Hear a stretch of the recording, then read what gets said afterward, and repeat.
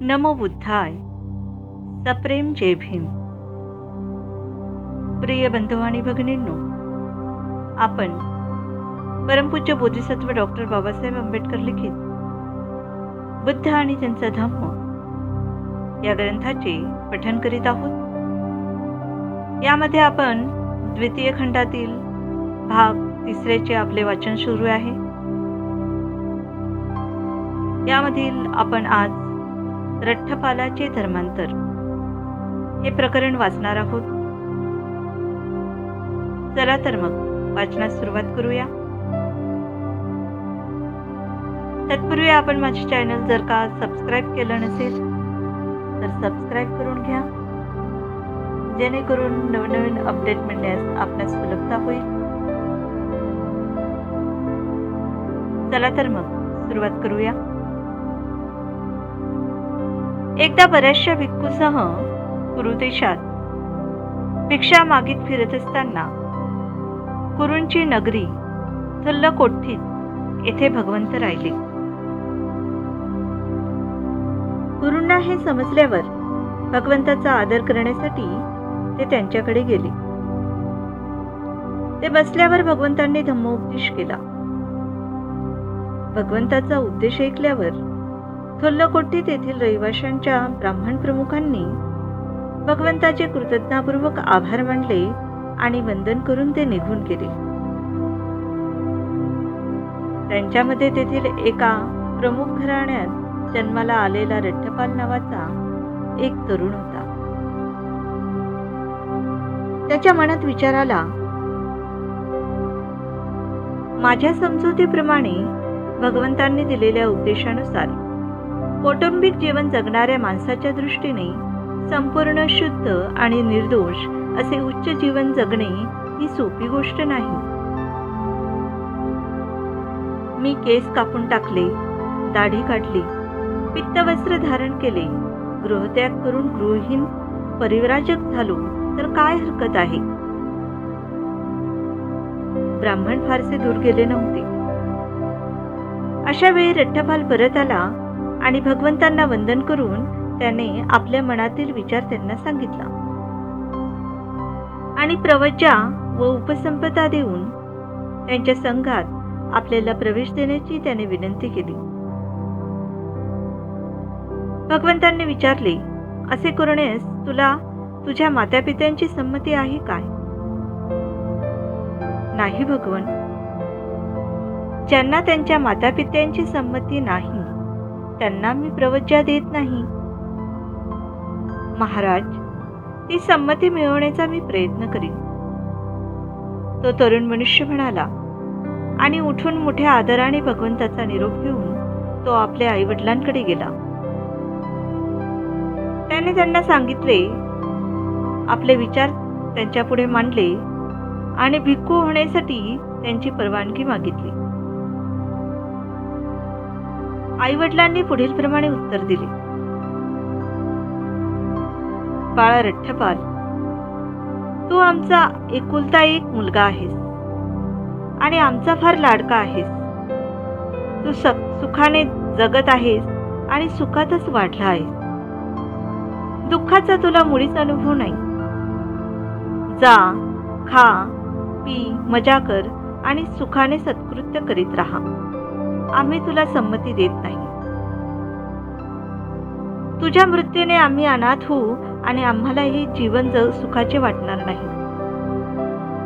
आमच्या जवळ असताना तू गृहत्याग करून भिक्खू व्हावेस याला आम्ही संमती का द्यावी? दुसऱ्यांदा आणि पुन्हा तिसऱ्यांदा रठ्ठपालाने तीच विनंती केली आणि त्यांच्या आईवडिलांनी ती पुन्हा नाकारली.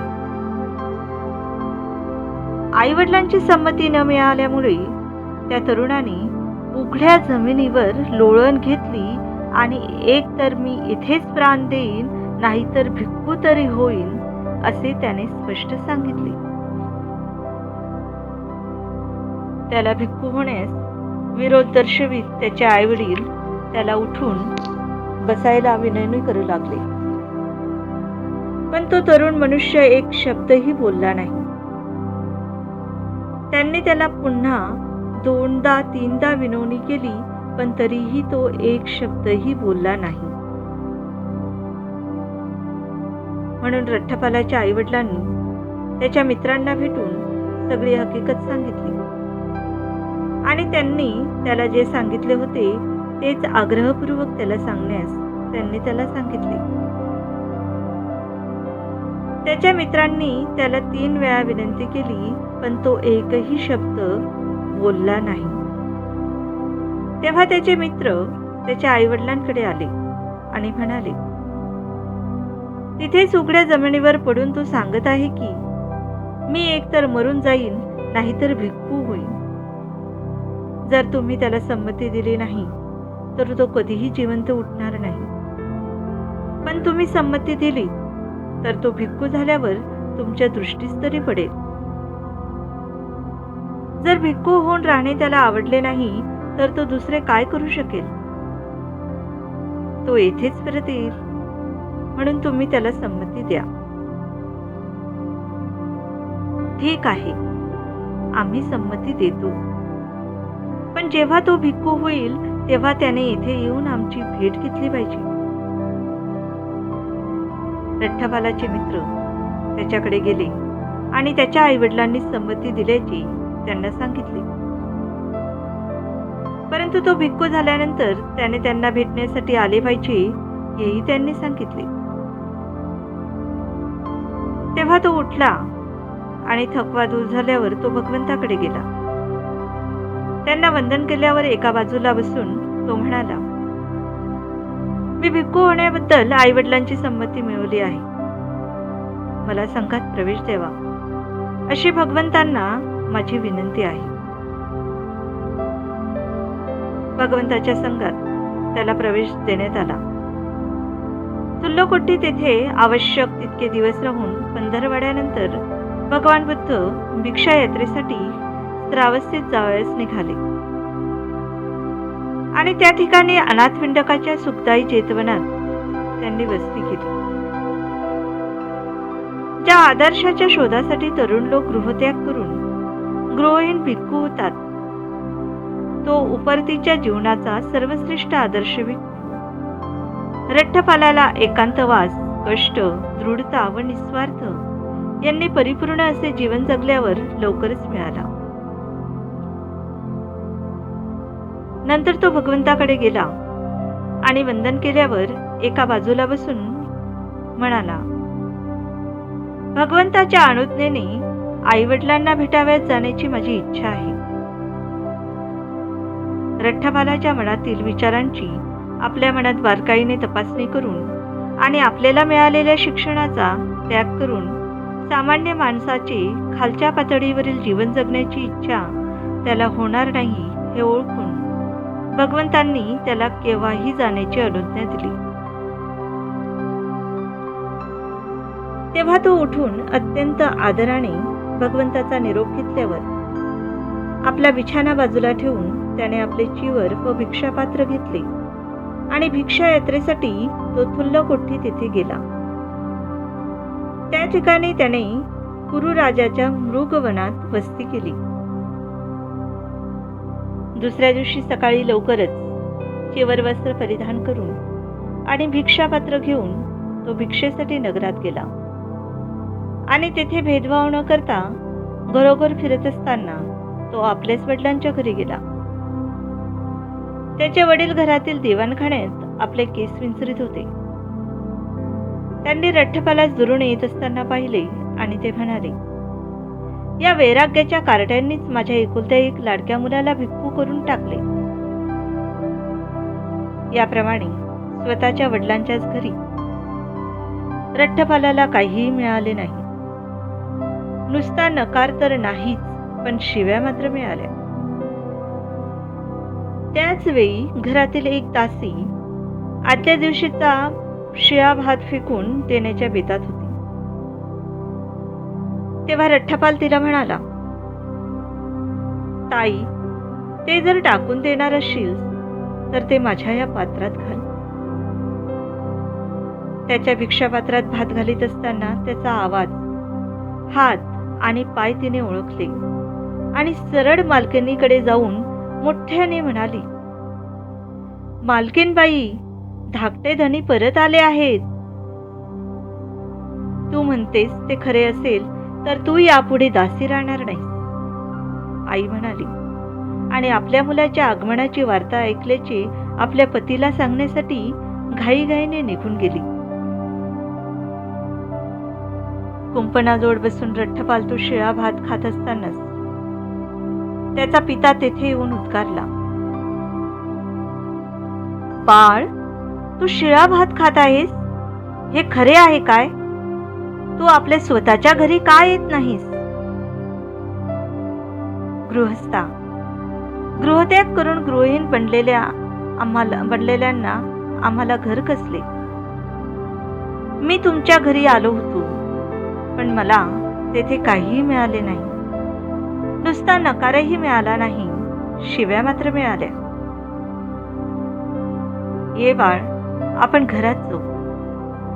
नको गृहस्था, आजचे माझे जेवण झाले आहे, रठ्ठपाल म्हणाला. ठीक आहे, पण बाळ, उद्या तू तुझे माझे भोजन इथे करशील असे वचन दे. भिक्खू रठ्ठपालाने मौन धारण करून आपली संमती दिली. नंतर त्यांचे वडील घरात गेले. तेथे त्यांनी सोन्या रुपयाच्या लगडी रचून त्यावर गालीची अंथरण्याची आज्ञा दिली. पूर्वाश्रमीच्या रठ्ठपालाच्या स्त्रिया असलेल्या आपल्या सुनांना आपल्या पतीला आवडत असलेल्या सर्व प्रकारचा साजशृंगार करण्यास सांगितले. रात्र संपल्यावर घरात भोजनासाठी उत्तम पदार्थ तयार करून ठेवण्याची आज्ञा त्याच्या पित्याने दिली आणि तयारी झाल्यावर मुलाला कळवले. दुपार झाल्याबरोबर चिवरे परिधान करून आणि भिक्षापात्रे घेऊन भिक्खू रठ्ठपाल स्वतःसाठी ठेवलेल्या आसनावर येऊन बसला. नंतर त्या सोन्या रुपयाच्या राशीवरून गालीचे काढण्याची आज्ञा देऊन त्याचा पिता म्हणाला, हे तुझे मातृधन आहे. ती तुझ्या पित्याची आणि ती तुझ्या पितामह संपत्ती आहे. आनंदाचा उपभोग आणि सत्कृत्य या दोन्हींसाठी तुला भरपूर संपत्ती आहे. ये बाळ, तुझी श्रमणचर्या सोडून दे. सामान्य माणसाच्या जीवनाचा पुन्हा अवलंब कर. भोग, उपभोग आणि सत्कृत्य कर. गृहस्था, तुम्ही माझा सल्ला ऐका आणि या सगळ्या संपत्तीच्या राशी तुम्ही घेऊन जा आणि गंगा नदीत बुडवून टाका. का? कारण तिच्यामुळे तुम्हाला फक्त दुःख, शोक, संकटे, मानसिक व शारीरिक यातना आणि क्लेशच भोगावे लागतील. भिक्खू रठ्ठपालाच्या पायांना मिठी मारून त्याच्या पूर्वाश्रमीच्या स्त्रिया त्याला विचारू लागल्या, ज्यांच्यासाठी आपण हे उच्च जीवन जगत आहात त्या अप्सरा आहेत तरी कशा? तो म्हणाला, भगिनींनो, कोणत्याही अप्सरांसाठी मी त्या जीवनाचा अवलंब केलेला नाही. आपल्याला त्याने भगिनी म्हटल्याचे ऐकल्याबरोबर त्या स्त्रिया मूर्छित होऊन जमिनीवर पडल्या. रठ्ठपाल आपल्या पित्याला म्हणाला, गृहस्था, मला अन्न द्यायचे असेल तर दे, मला त्रास देऊ नकोस. भोजन तयार आहे, बाळ, सुरुवात कर, पिता म्हणाला. आणि मुलगा पोटभर जेवेपर्यंत त्यांनी त्याला उत्तमोत्तम पदार्थाचे भोजन दिले. भोजन झाल्यावर कुरुराजाच्या मृगवनात तो परतला आणि दुपारच्या भर उन्हात तो तेथे एका झाडाखाली बसला. आपण पाहायला येण्यापूर्वी ते वन स्वच्छ करून ठेवावे अशी राजाने त्याच्या पारध्याला आज्ञा दिली आणि तो आज्ञाधारक शिकारी आपले काम करीत असताना तेथे एका झाडाखाली दुपारच्या भर उन्हात रठ्ठपाल बसला असल्याचे त्याने पाहिले आणि राजाला जाऊन बातमी दिली की वन व्यवस्थित आहे. परंतु ज्याच्याविषयी महाराजांनी अनेक वेळा ऐकले आहे तो रठ्ठपाल तेथेच एका झाडाखाली बसला आहे. आज वनाची काळजी करण्याचे कारण नाही. राजा म्हणाला, मी आज जाऊन त्या वंदनीय पुरुषाला भेटतो. म्हणून प्रवासासाठी भोजनाची तयारी करण्याची आज्ञा देऊन तो रथात बसला आणि नगरातून राजेशाही मिरवणुकीने रठ्ठपालाला भेटण्यासाठी निघाला. रथातून जिथपर्यंत जाता येईल तिथपर्यंत गेल्यावर राजा आपल्या परिवारासह पायी चालू लागला आणि रठ्ठपालाकडे आला. परस्परांना अभिवादन केल्यावर राजाने उभे राहूनच रठ्ठपालास एका पुष्पराशीवर बसण्याची विनंती केली. नाही महाराज, आपण तेथे बसा. माझे हे आसन आहेच.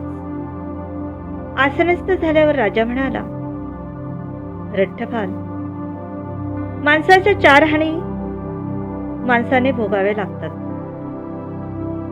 की ज्याच्यामुळे तो आपल्या डोक्याचे व दाढी मिशांचे केस काढून टाकतो, पित्तवस्त्रे धारण करतो आणि गृहत्याग करून गृहीण होतो. त्या 4 हानी म्हणजे म्हातारपण, अनारोग्य, दारिद्र्य आणि नातलगांचा मृत्यू ह्या होत. समजा एक बऱ्याच वयाचा म्हातारा मनुष्य आहे, वृद्धत्वामुळे थकलेला आणि मरणाच्या पंथास लागलेला आहे. आपली स्थिती तो ओळखतो आणि अधिक संपत्ती मिळवण्यात किंवा मिळवलेल्या संपत्तीचा सदुपयोग करण्यातील अडचणींची त्याला जाणीव आहे. म्हणून तो परिव्राजक बनण्याचे ठरवितो. यालाच म्हातारपणाची हानी म्हणतात. परंतु तू तर भर जवानीस आहेस. तुझे केस काळेभोर असून वृद्धत्वाचा त्यांना स्पर्शही झालेला नाही. तू रूप यौवन संपन्न आहेस. तुझ्या वृद्धत्वामुळे होणारा कोणताही तोटा झालेला नाही. मग तुला असे काय समजले किंवा तू असे काय पाहिलेस व ऐकलेस की ज्यामुळे तू गृहत्यागाचा मार्ग पत्करलास? किंवा समजा की रोगी यातना भोगणारा किंवा अतिशय आजारी असा मनुष्य आहे.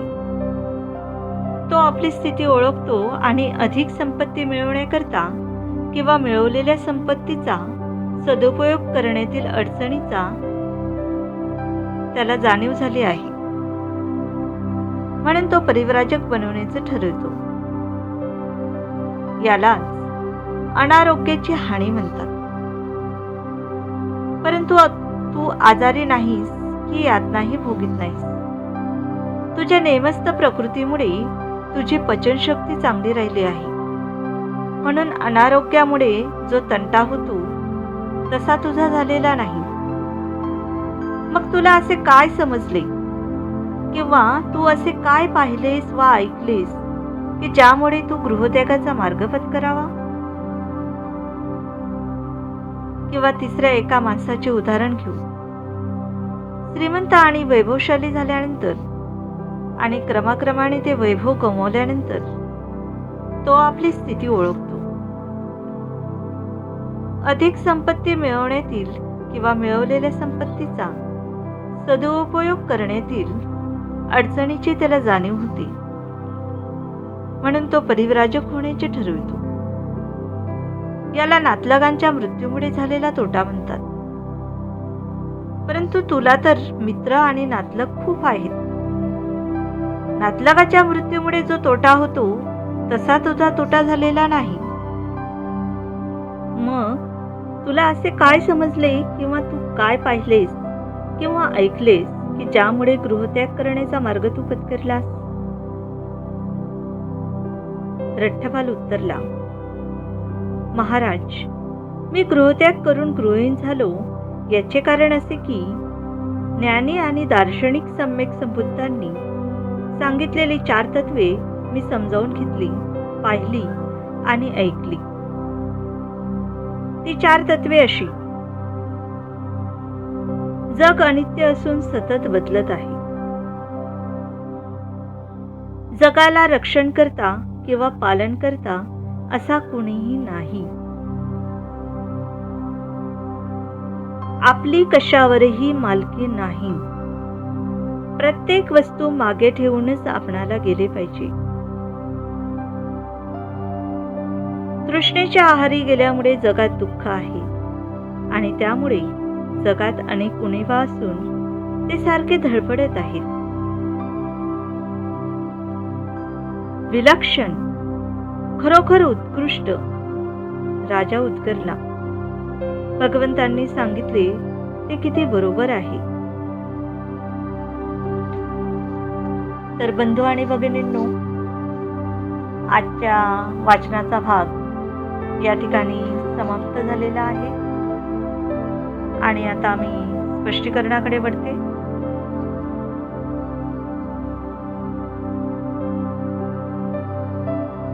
आताच आपण रठ्ठफलाचे धर्मांतर हे प्रकरण वाचलं. तथागत भगवान बुद्धांच्या धम्मात एका भिक्खूचे स्थान काय होते हे आपल्याला हे प्रकरण वाचल्यानंतर समजते. काही टीकाकार असे म्हणत असतात की भगवान बुद्ध गृहहीन जीवन जगण्यास प्रेरणा देतात. परंतु या प्रकरणावरून आपल्याला समजतं की तथागतांनी असे कुठेच अजिबात म्हटलेले नाही. तथागत भगवान बुद्धांच्या संघात येण्याचे काही नियम होते. ते म्हणजे सर्वप्रथम ज्या व्यक्तीला भिक्खू बनायचे आहे त्या व्यक्तीची पूर्ण मनाची तयारी असायला हवी आणि दुसरे म्हणजे त्या व्यक्तीला त्याच्या आई वडिलांची, मुलांची, घरातल्या व्यक्तींची परवानगी असायला हवी. या दोन गोष्टीची परिपूर्णता झाल्यावरच तथागत भगवान बुद्धांच्या संघामध्ये प्रवेश मिळण्याची प्रक्रिया होत असे. संघात प्रवेश मिळाल्यानंतर भिक्खू कोणतेही नातेवाईक, ऐहिक सांसारिक सुखाबद्दल, मोहजालाबद्दल लोभ न धरता धम्मसागरात सामील होत असे व भिक्खू संघाचे कडेकोट नियमांचे ते पालन करीत असत. आपण बघितलं की रठ्ठपालाला भिक्खू संघात येण्यासाठी आई वडिलांची परवानगी घ्यावी लागली. भिक्खू होऊन आपल्या नगरीत गेला असता त्याच्याच घरी दासीने टाकून दिलेला भात तो भोजन म्हणून स्वीकारतो. पिताने जेवण करण्यास घरी येण्यास आग्रह केल्यावर आजचे माझे जेवण झालेले आहे असे सांगून रठ्ठपाल नकार देतो व दुसऱ्या दिवसाचे आमंत्रण स्वीकारतो. भिक्खूंबद्दल तथागत भगवान बुद्ध म्हणतात, जो कोणी चित्तमल धुवून टाकल्याशिवाय त्याप्रमाणे सत्य आणि संयम याचा मान न राखता काशाय वस्त्रे धारण करण्याची इच्छा करतो तो ती वस्त्रे परिधान करायला लायक नाही. परंतु ज्याने चित्तमलाचे परिमार्जन केले आहे, ज्याच्या अंगी सद्गुणाची वाढ झालेली आहे, जो सत्य आणि संयम पाळायला शिकला आहे, तोच खरोखर काशाय वस्त्र धारण करण्यास योग्य आहे. तर एका भिक्खूचे जीवन कसे असते हे रठ्ठपालाचे प्रकरण वाचून आपणास समजते. तर बंधू आणि भगिनींनो, आजच्या स्पष्टीकरणाचा भाग देखील या ठिकाणी समाप्त झालेला आहे. आपण माझा ऑडिओ ऐकला त्याबद्दल आपले आभारी आहे. आपणास हा ऑडिओ आवडला नक्की लाईक करा आणि हो, शेअर करायला विसरू नका, जेणेकरून आपल्या माध्यमातून धम्माचा प्रचार आणि प्रसार करण्यास मदत होईल. भेटूया आपण नवीन प्रकरणासह. नमो बुद्धाय. सप्रेम. जय भीम.